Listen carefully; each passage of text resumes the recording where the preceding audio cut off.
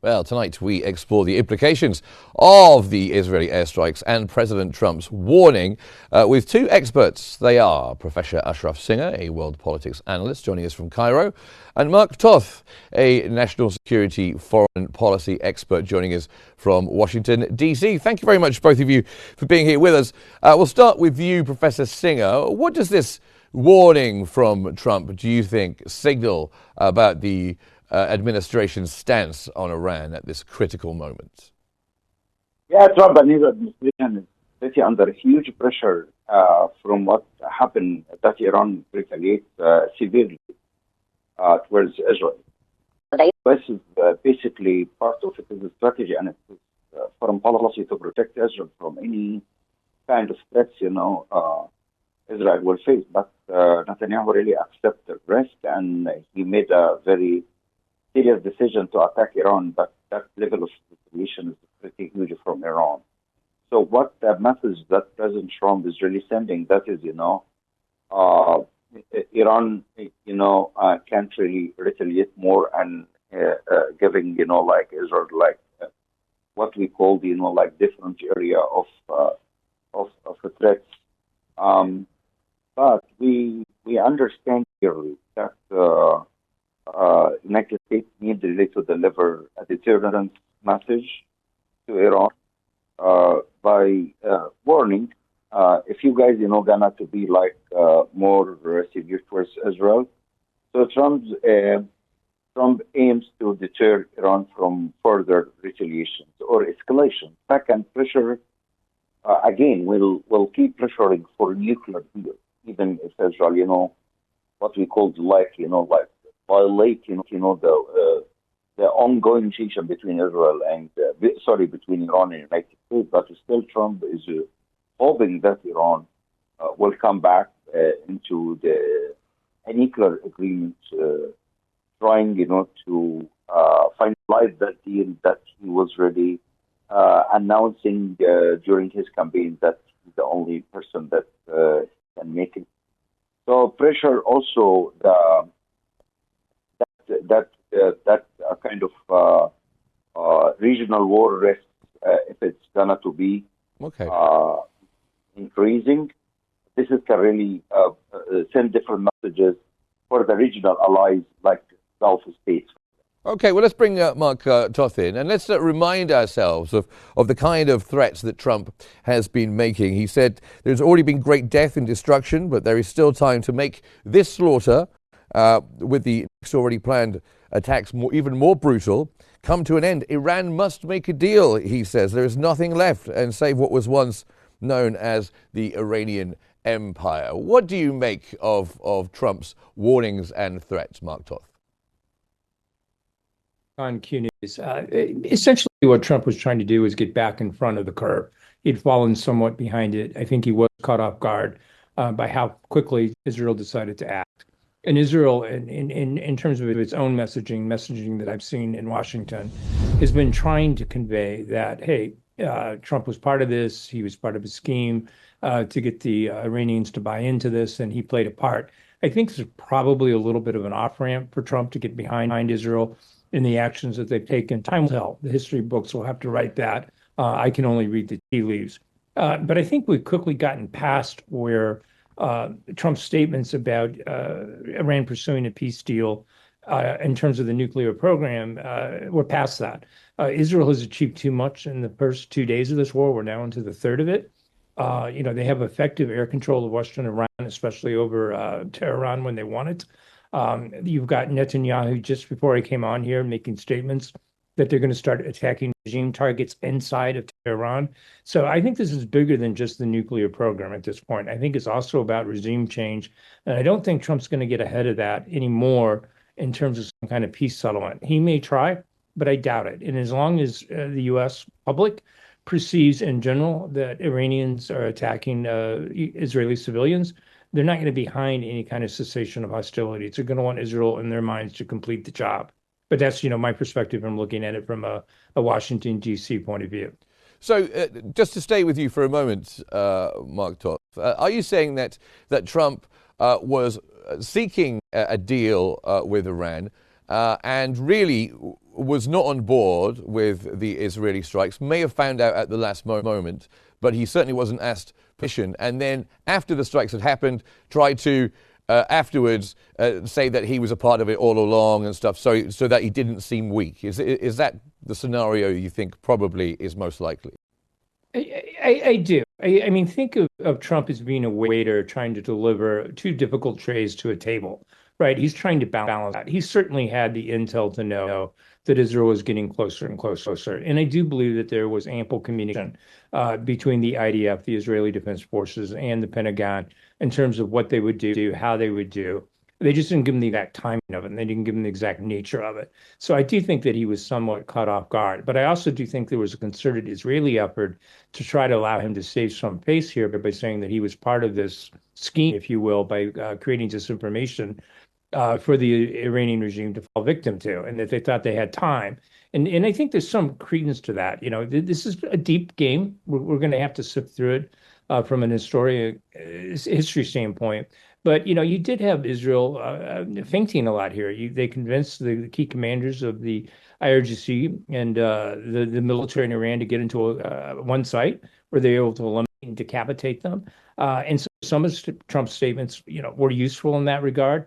Now, whether Trump was overtly making them or just being prompted to make them and not realizing it by the Israelis, time will tell. But overall, just to briefly go back to your question here, I do think Trump was caught off guard with the timing of it. I think they really thought they'd get to the Sunday negotiations tomorrow. That likely, in my opinion, won't happen. And if they do, they won't produce much. Yes, I think Iran has said this afternoon, it's been widely reported that they won't be going forward with the talks and have called them meaningless during Israel's strikes and onslaught upon them. Professor Singer, coming back to you, do you think it's likely in the near future, in the next few weeks, that we might, though, see Iran going back to the discussions with the United States? Yeah, I think so. But as you mentioned, probably a few weeks. At that time, Iran really under a huge pressure because, United States, praise what happened by Israelis. When they did strike, the Iranian facilities. And Trump really was giving that really message that, okay, what Israel did really was bring Iran back to the negotiation with under what the United States was shaping, the future of negotiation between Iran and the United States. That kind of affiliation from Iran is just was giving a kind of a message to the United States and Israel that Iran is not really on that corner. He will retaliate. So I'm sure this is will reshaping, the future of deterrence in the Middle East. Probably this is not really easy for next to accept it or Israel, but this is the fact now that that exchange fires between Iran and Israel wasn't really imaginable, and no one can really accept that Iran and Israel can really exercise that kind of missiles or that kind of changing. The fires, but that heavy and striking. The Tehran and Tel Aviv. Yeah, this was really astonished, actions by Iranians and Israelis. And what about you, Mark Toth? Do you think there's any prospect of Iran coming back to if not this weekend, if not on Sunday, is there any chance of Iran coming back to the negotiating table in the short term? Say never. I think from Iran's perspective, they probably are going to reach a point very quickly here where they think they've got no choice. I mean, they really have two options right now. They can either try to widen the war by closing the Straits of Hormuz, something they threatened to do today, or by attacking U.S. Installations and troops in the area, something they've threatened to do today, or even, for instance, attacking some of the oil facilities in Saudi Arabia, in Oman and elsewhere, not Oman most likely because of the relationship there, but in the UAE and instances like that, to try to create a wider conflict that would force the White House into maybe stepping in and trying to get Israel to pull back. I don't think that's going to work, though. I think really what people need to be focused on right now is just fundamentally how much Israel's calculus changed on October 7th. They went from viewing the axis of resistance that Iran had put together as just this ongoing threat surrounding them that eventually they'd have to take care of, to something that they viewed more as an existential threat. I mean, the October 7th, regardless of which side of this conflict you're on, the Israelis interpreted that as an existential invasion of their country, if you will, and they view Iran as being behind it. That without Iran, you don't see that happening. You don't see Hezbollah threatening them. You don't see the RGC and the machinations that they had been doing in Syria. So in their mind, Iran and regime change, I think, is really what they're after here. Israel gets a vote here. The Iranians can come back to the table, but I think right now, after the scenes that we're all seeing in Tel Aviv and in Ramat Gan, places like that, suburbs of Tel Aviv, I don't think politically it's going to be easy for the Israelis to pull back. I think they're too close to achieving their objective. They would like to see regime change.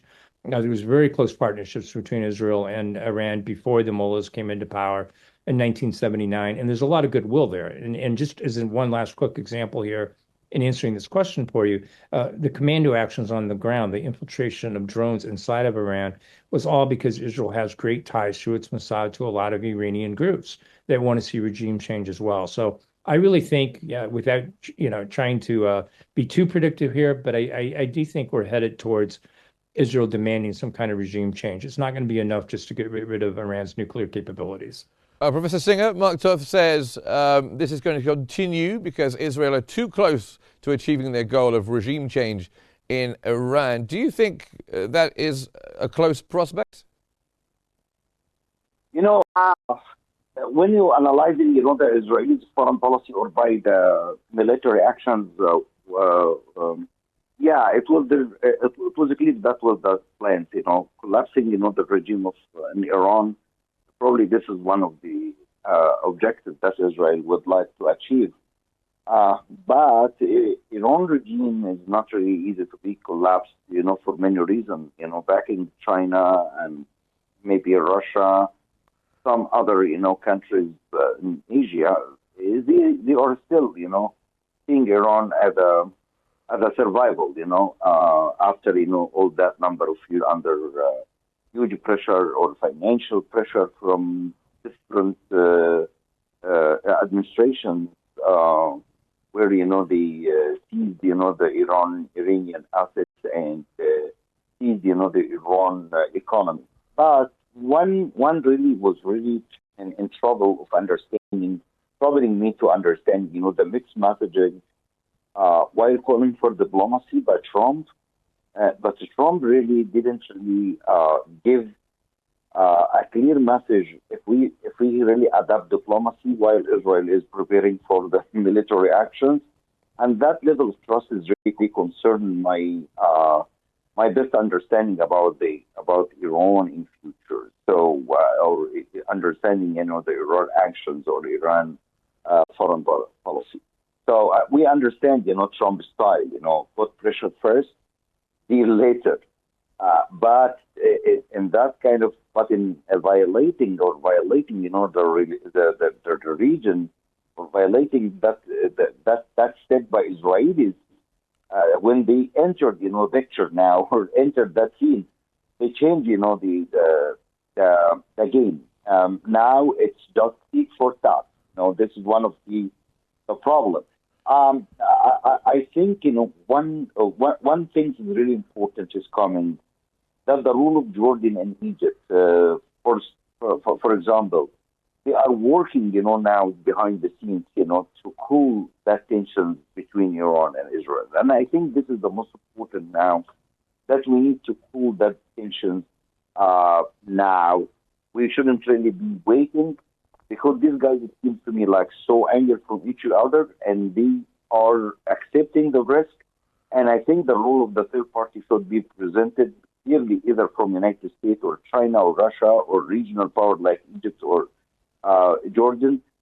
We need that, because that tensions will really drive Middle East in a dangerous zone or dangerous conflict, where these guys can really increase that level of tensions and escalating and probably can really last for a while. And this is against the investment, as for example, they really canceled, the day of celebrating of opening in the Grand Museum.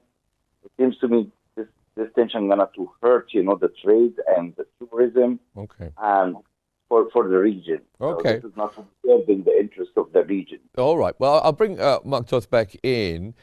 Israel said today that Iran hitting civilian areas where civilians were in residence is a red line for them. The irony alarm was going off for me with the way that Israel has treated the people of Gaza. I mean, Iran really could come out and say perhaps the IDF were using the people of Tel Aviv as human shield, like they do say about when they're bombing hospitals in Gaza, about Hamas. They have got a barefaced cheek to come out and say such a thing with their behavior in Gaza, have they not? Look, I understand that perspective, coming from the Middle East, and as someone that had grown up in the Middle East myself, look, I share the pain of the Palestinians, what people in Gaza have been going through for decades, 50 years back to when I was a young child, generation after generation lost. All I can try to do is to give you the perspective from Washington, D.C., from the Pentagon standpoint, when they analyze Israeli information.